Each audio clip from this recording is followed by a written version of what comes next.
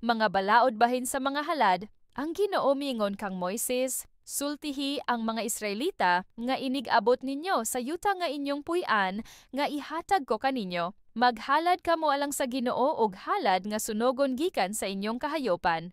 Himuon kini ingon nga usa ka pagtuman sa usa ka panaad o kinabubut-on nga halad o halad sa panahon sa mga kasaulogan.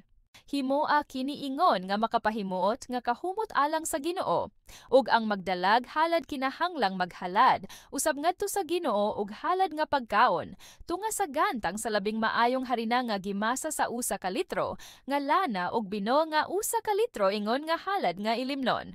Andama kini og ipahuban sa bisan unsang mananap nga inyong ihalad. Kung turong karnero ang ihalad, paghalad og pagkaon nga usa ka gantang sa labing maayong harina nga gimasa sa usa ug tunga ka litrong lana ug uban nini ang halad nga ilimnon nga usa ug tunga ka litrong bino ingon nga humot nga halad alang sa Ginoo. Ug kon maghalad ka og turong baka nga sunugon aron pagtuman sa usa ka panaad o ingon nga halad sa pakigdait. Pauban ni kinig halad nga pagkaon nga usag tunga kagantang sa labing mayong harina nga gimasa uban sa 2 ka litrong lana. Paghalad usab og ilimnon nga 2 ka litrong bino, ingon nga humot nga halad alang sa Ginoo. Mao kini ang ipauban sa paghalad sa matag turong baka o karnero, o nating karnero o nating kanding. Buhata kini sa matag usa sumala sa gidaghanon sa inyong andamon. Ang tanang lumad nga lumulupyo, kinahanglang magbuhat ni ining mga butanga, sumala ni ining paagiha, diha sa ilang paghalad og halad nga sunogonon aron paghatag og kahumot nga makapahimuot sa Ginoo.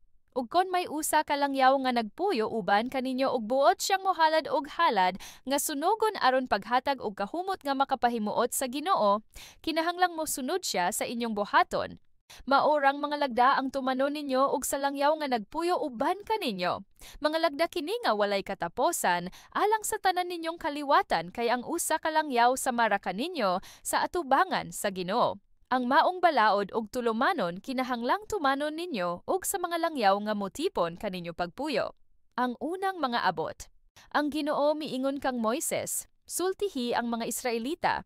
Inig-abot ninyo sa yuta diin adto ko kamo dad-a, pagdala kamog halad ngadto sa Ginoo inigkaon ninyo sa abot sa maong yuta. Sa una ninyong minasang harina, ihalad ang unang pan, ingon nga usa ka halad gikan sa giukanan. Sa una ninyong minasa paghatag ngadto sa Ginoo ug usa ka halad, ingon ni ini ang buhaton sa tanang kaliwatan. Apan pananglit adunay dili makatuman, nining kasuguan nga gihatag sa Ginoo kang Moises. Aron tumanon gayud karon og sa umaabot nga mga kaliwatan og kun dili tinuyo ang wala pagtuman niini tungod sa pagpasagad sa katawhan. Ang buhaton nila mao ang paghalad og usa ka torong baka ingon nga halad sinunog nga maghatag og kahumot nga kahimut-an sa Ginoo. Uban nini maghalad usab silag pagkaon og ilimnon sumala sa tulumanon og usa ka laking kanding ingon nga halad tungod sa sala. Ug unya ang pari maghimog seremonya sa pagpapasasala alang sa tanang katawhan sa Israel. Ug pasayloon sila kay usa man kadto kasayop og nakahalad naman sila ngadto sa Ginoo ug halad sinunog og halad alang sa sala tungod sa ilang sayop. Pasayloon ang katawhan sa Israel. Ingon man ang langyaw nga nagpuyo uban kaninyo kay ang tanang lumulupyo nahiapil man sa maong sayop. Kung ang usa ka tawo makasala nga wala tuyoa, maghalad siyag baye nga kanding nga nagpanuigon og usa ka tuig ingon nga halad tungod sa sala. Ug ang pari maghimog seremonya sa pagpapasasala atubangan sa Ginoo alang sa tawo nga nakahimog sayop nga dili tinuyo ug ang maong tawo pasayloon sa iyang sala. May usa lamang kabalaod alang kang bisan kinsa nga makasala ug bisan unsa nga dili tinuyo. Lumad man siya nga Israelita o usa ba hinuon ka langyaw nga nagpuyo tipon kaninyo. Apan ang tawo nga makasala nga tinuyo, lumad man siya nga Israelita o usa ka langyaw, nagpasipala sa Ginoo ug ang maong tawo kinahanglang patyon. Tungod kay gisalikway man niya ang pulong sa Ginoo o gilapas ang iyang sugo, ang maong tawo patyon gayod. Siya ra ang nakaingon sa iyang kaugalingong kamatayon. Ang tawo nga naglapas sa adlawng igpapahulay, samtang diha sa kamingawan ng katawhan sa Israel, nakakita silag tawo nga nangahoy panahon sa adlawng igpapahulay. Gidala siya sa mga nakakita kaniya ngadto kang Moises ug kang Aaron ug sa tibuok katawhan sa Israel. Gibilanggo nila siya kay wala man sila makasiguro kung unsa gayud ang angay nilang himuon kaniya. Ug ang Ginoo miingon kang Moises, Kinahanglan nga patsyon ang maong tawo, baton siya sa tanang katawhan didto sa gawas sa kampo.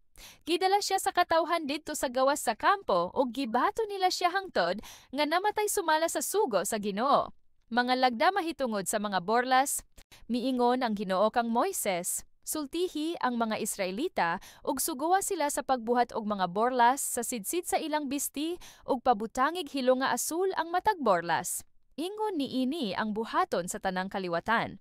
Ang borlas maoy inyong tanawon aron mahinumdom kamo sa kasuguan sa Ginoo ug makatuman niini.